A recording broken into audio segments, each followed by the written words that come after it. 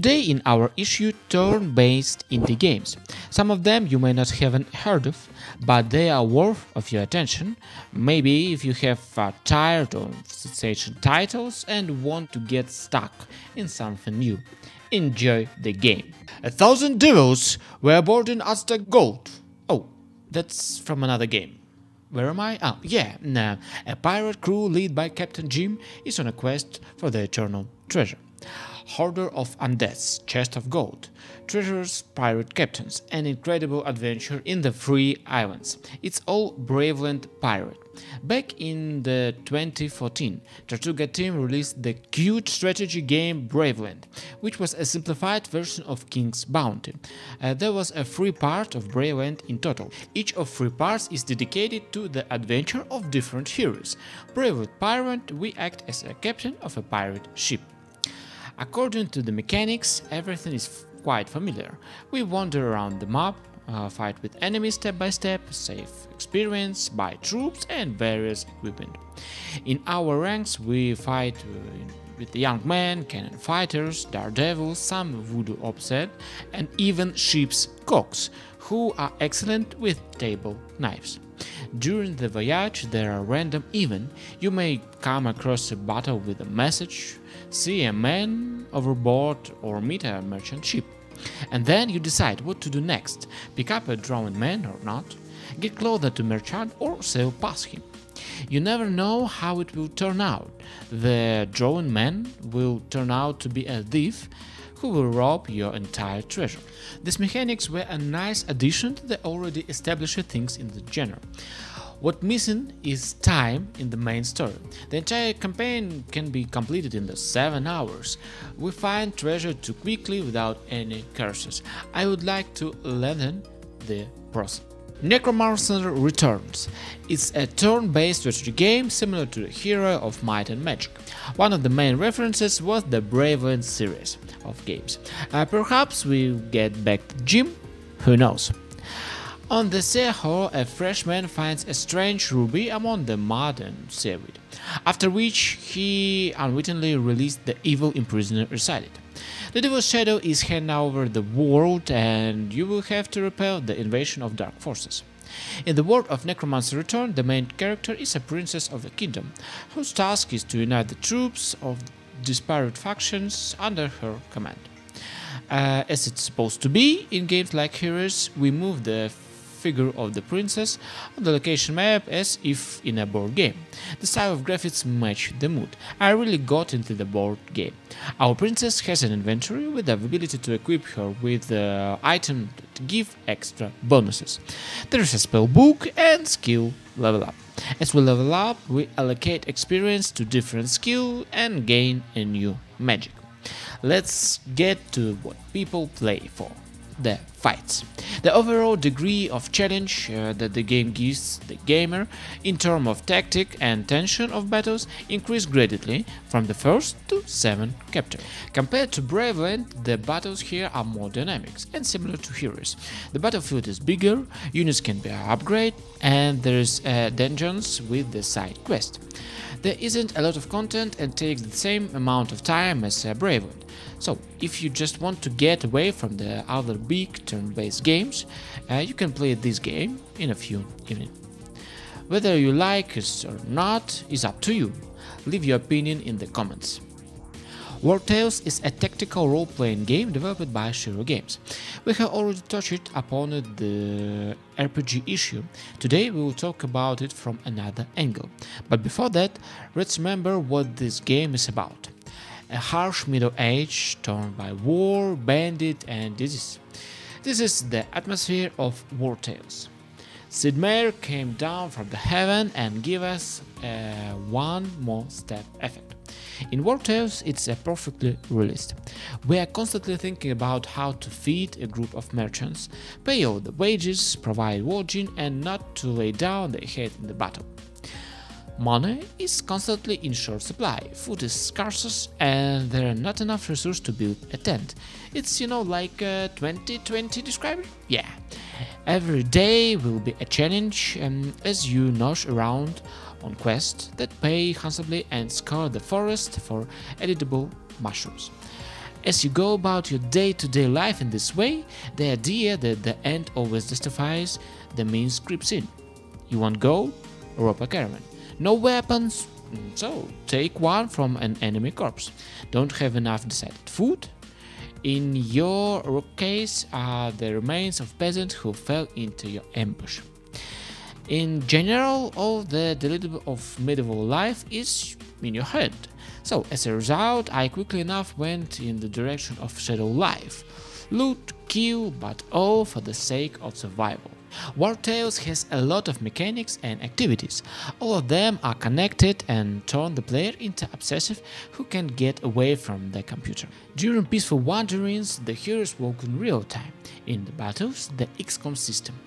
The arena is divided into cells and characters take turns maiming each other.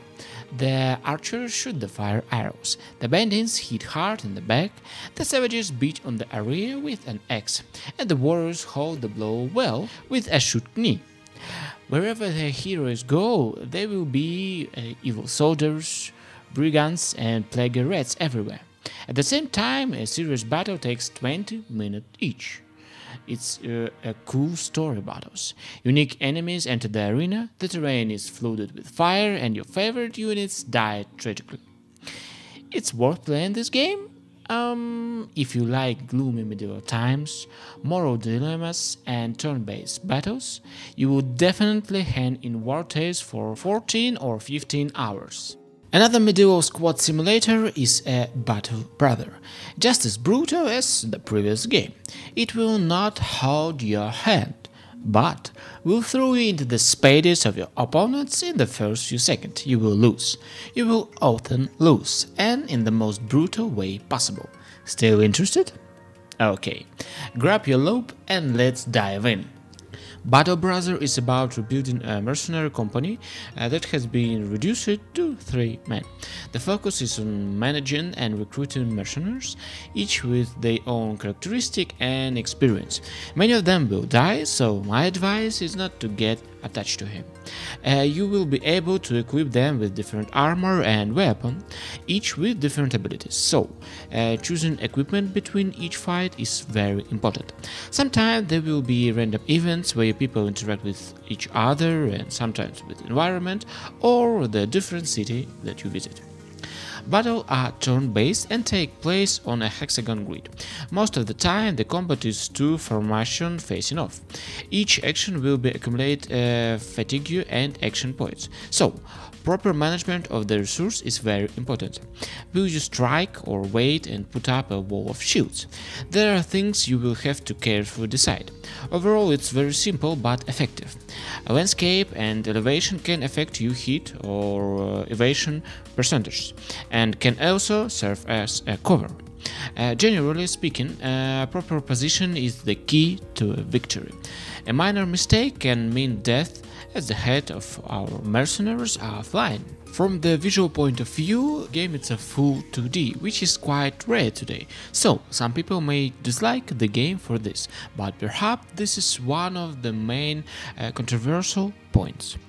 Otherwise, everything is perfect. Battle Brother keeps you in suspense from the first minutes until the end. Enemies all the time invent something new and constantly keep the player in the tone. By a certain day, one of the late game crisis occurs, which will make staying in the cruel world even more difficult, and those who can survive in it will be able to try their hand at the legendary battles of the late game. Unique, elaborate and brutal setting with a shade of humor, traditional but exciting system of level upping, battles that do not forgive mistakes, a lot of enemies, each of which require its own approach that make this game exciting and interesting. So, if you are a fan of strategy, and especially the subgenre of tactical RPG with turn-based battles, Battle Brothers is for you. Before starting, take Greece. Warbanners is a turn-based tactical strategy game with role-playing elements. Controlling a squad of mercenaries, the player will have to go through 42 missions of the story campaign, to touch ancient legends and become a part of them himself. Medieval mercenary simulator seems to be a golden niche. like the procedure to our review. It's an old school game. This game is a modern hint to a time when games were appreciated more for solid rules and gameplay than flashy graphics. The game will make experience tactical feel nostalgic. The core of the game is in a squad management, much like Battle Brothers. It's not an open world sandbox like Battles, but the campaign storyline is quite rewarding. For example, saving orphans from an evil necromancer should be satisfied. Hello, Necromancer Returns. You consider health, morale, visibility and terrain in battle, and nowhere without preparing defensive position. Standard battles take place on hexagon grid with an interactive environment. We can use ranged units, melee units, healers and mage for several fantasy races. Hire heroes that will unlock access to new units and reinforcements. Equip your troop with potions and magic items. Units will gain experience as you advance, level up and learn new abilities. Let's move on to the cons. Do you want to customize something?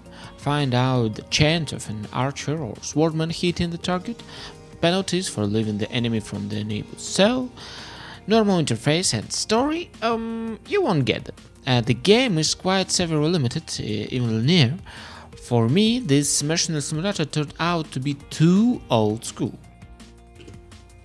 I wish I could exhale after all the medieval mercenaries, but it's impossible to breathe in space. So, about Spaceland. It's a turn-based tactical game inspired by classics of the genre such as XCOM series or the lesser known Incubation. Developed by the indie studio Tortuga team, this game tells the story of events revolving around a duo of space rangers stranded on a galactical planet after responding to a distress call, where a routine mission turned into a fight for survival. Everything in the game is spot on. You can take to action in your turn, move, attack or use some skill like a kick, teleport or overwatch. There are also shelters distributed by the way. Shoots have different chances of hitting depending on distance to target and the precise of obstacle on the way. The heroes have interesting skills, which are unique for each fighter and often change the course of the battle. In total, there will be 7 types of warrior available, between which you can choose at the start of some tasks. There are a lot of enemy types, also we have bosses, and you need a different approach to each of them. Some enemies are invulnerable under certain conditions, so you have to look for clues to them. In addition, the enemies scanned and some of them must be pushed into champs, led to mines and familiarized with explosion barrels. As for mission, each of one is full of condition and restriction. On some mission you can take only 2 fighters, on another 4, and 2 of them are chosen by the plot, that is, you can change them. Hold on for 70 moves while the elevator goes down, make it to the remote control in 16 moves. In summary, the game is more of a tactical puzzle game than a full-blown tactical strategy game, which is both a plus and a minus. It all depends on what you're looking for. Commander's series was also a kind of tactical puzzle, but it didn't prevent it from getting great pleasure. So, maybe you'll be pleasantly surprised by Spaceland. Second part of the For the King is a turn-based tabletop roguelike RPG for 4 friends. You can play the game in a smaller group or even alone, but the more people you have, the less oxygen you have, or rather, the more fun you have, because a lot of things are tied to teamwork.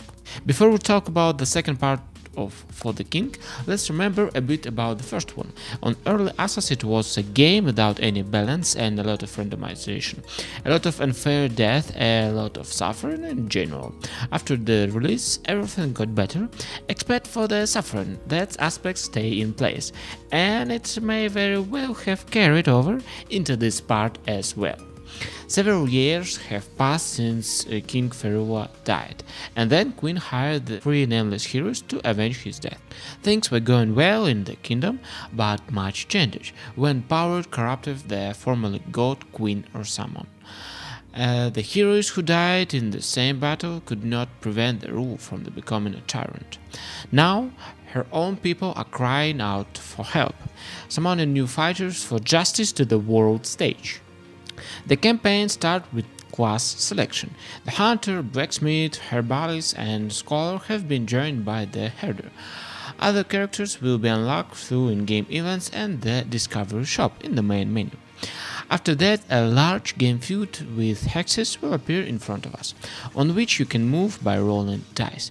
There are many interactable objects on this field. If your character steps on the corresponding hex, he rolls the dice again and hopes that he doesn't roll a 1, which in some cases means the death of the squad, but more often means a battle, a loss of health, or even something nice. You may come across an old gallows, which is hard, the corpse of another traveler whose spirit will try to kill you. There are really a lot of opportunity. Some of the cells are occurred by monsters, which can appear and disappear at the most inappropriate moment. The whole map is dynamic. Even if you notice that there is a tasty camp with a chest with available loot in it, it doesn't mean that your squad will be able to reach it in a time. The squad does not walk as a unit, but individually. This is useful for exploring the world and very unfortunate for battles. Sometimes only one of the squad entered the fight and the other must quickly get to his aid before he dies. The order of moves is formed at the beginning of each fight and depends on the speed parameter, analogous to initiative in D&D. Friendly characters can be speed up, while enemy character can be slowed down. Each character has several basic parameters: attack power, defense against physical attack, and separately against magical attack, as well as evasion, which is responsible for the chance to dodge if the enemy failed to throw a perfect hit. All of these parameters can be increased with the help of amulets, rings, and candies, which permanently increase the characteristic. In many ways, the mechanic of turn-based combat has been transferred from the first part without any changes, so veterans will press the buttons out of habit, particularly without thinking over the moves. Mages are better attack with weapons, and warriors with a good defense parameter are better to knock down armor first. You should not forget about dangerous opponents, slowing them down, stunning them, or applying shock to their throws. A new mechanic have been added to the already familiar ones. For example, the battle grid, which allows you to place allies in 2 rows, was a fresh breath of air. In summary, the second part of the game updated for the better in everything, even in humiliation. It will brutally screw up, drive through endless dungeons with a bunch of room without a single store, play in emotion, take away hope, and generate unique situation in each playthroughs. That's why we, masochists, love it. Epic, Vikings, Ragnarok, turn-based battles. That's the Banner Saga. How does epicness manifest itself here? The game is about the end of the world, the Scandinavian Ragnarok, the one where a giant serpent devours everything and the wolf Fenrir kills all the gods. Before your eyes, the world is falling apart, sometimes literally, and you're just a simple man, the hunter rule. You will have to go through many brutal battles, escape to the capital, and other events. The plot is divided into many branches that eventually intertwined or even connected. I felt like I was playing Game of Thrones. The player decision determined the fate of individual characters as well as the entire caravan, and the representation available through the game. Therefore, the immersive of Saga is top-notch. At first it may seem that the plot develops very slowly, but believe me, it only seems to you.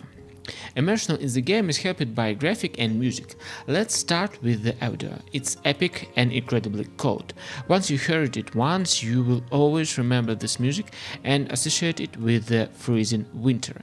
You can drink hot drinks, go through the game lying under a blanket, but you will constantly feel cold, heavy and hopeless. Regarding graphic, a recognizable and unique style, hand-drawn animation and detailed graphic, as it should, deeps immersion. Yes, there is no ray tracing, super realistic 3D graphic, but it's not so necessary. Graphic fulfill task, though not everyone likes it. And let's move on to the gameplay. It is divided in 3 aspects: turn-based strategy, text quest, and resource management. In terms of strategy, everything is quite standard. Turn-based combat, the essence and management will be easily understood by those who play that for the first time, but in case of anything, a very high-quality training. Each character in the game has armor and life stat, which are key elements in combat. Armor is, oddly enough, armor that block 1 unit of damage for each point of a given scale. Lives are not only your health, but also the damage a character can do. Thus, the lower the character life score, the weak he hits. This I was very interested in. Gives a lot of reality, although it's uncertain in terms of usual game conventions. Characters have special techniques or skills, and they should. How you use them and who you use them on can turn the tide of battle. For example, knowing that on the next turn a serious opponent will try to approach a nearest character, you can prepare a trap for him and, as a consensus, stun and interrupt his turn. Don't forget, this is a game about desperation, so mistakes are costly. In the game there is another important combat characteristic, namely will. In simple terms, it's a resource thanks to which you can go a little further, hit a little harder and use special technique. During the battle you will actively spend points of will, and to restore them you just need to kill enemies.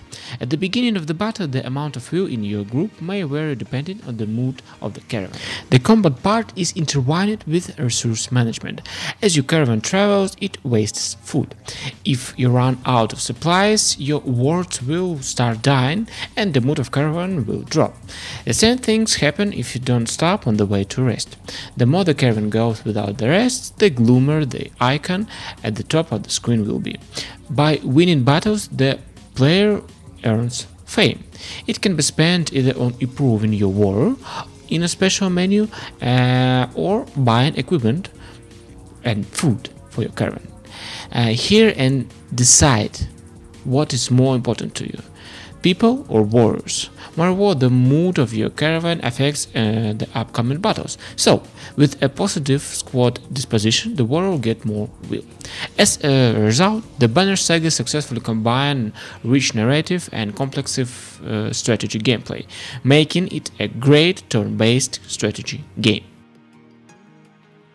What word to describe Othercide, or is better to describe it in colors? Black, white and red are the only colors available in the dystopian and nightmarish strategy game. It all works together with the music, the settings and the story, giving us mystery and submersion. From which, of course, not even from the first playthrough, we can understand everything that happened in this world. We know that there is a mother, once the greatest warrior of all time, who periodically gives birth, not literally, but with echo of her soul or blood, to daughters, who are now the last hope of mankind, the last frontier separate the world from suffering and death. The main enemies are monsters breaking through the veil, that is the space that protects humanity. The game features 3 familiar classes of daughters. They have their original names, but they don't change their essence. They are the swordsman, the pistol shooter and the shoot bearer. They differ slightly in health, attack, armor and much more, significantly in their skill, which are unlocked as you gain levels. For example, interrupting attack from gunners, which are triggered when an enemy tries to attack another daughter. This is a strategy, so how we position, move daughters, how we use action points, cover each other, which enemies we attack first is very important. Boss battles are not easy. Before you can position yourself in the right way and activate the right skills for combos, you have to survive the attacks, and some bosses are invulnerable until we destroy their minions.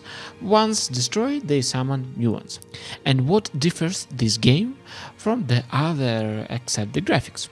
Sacrifice. Interruption and combos consumes the lives of the daughters, and the rate of 5 or 10% of the current stock, and a daughter health cannot be restored by normal means. The only way to do this is to sacrifice another girl. This will not only replenish the hit points of her friend, but we also give her a personalized passive bonus, which will always remind her that the surviving girl has a part of the other daughter. At the same time, they can be cured by sacrificing only daughter of the same level or higher, who to keep and who to sacrifice. Maybe I can keep them for a couple more fight and I'll level up the other and sacrifice them. This is a difficult choose. The combat part is divided into weeks. At the end of the week there is a boss fight. If we pass it, we move to the next week. If not, we go back to the beginning of the week. So it's a mixing of the roguelike part into the strategy. Quite a nice and interesting solution. However, in the end it also becomes a disadvantage of the game. Since there little the variety of the mission, many levels are repetitive. Daughter of the Gunslinger is one of the top and a bit unbalanced. Bottom line, very little varied content. Though it's all done in a quiet, unique style with a rare mechanic. Give people more variety, breadth and spectacle, and a golden hit in your pocket. Hopefully in the second part of the game, if there will be one, they will fix it.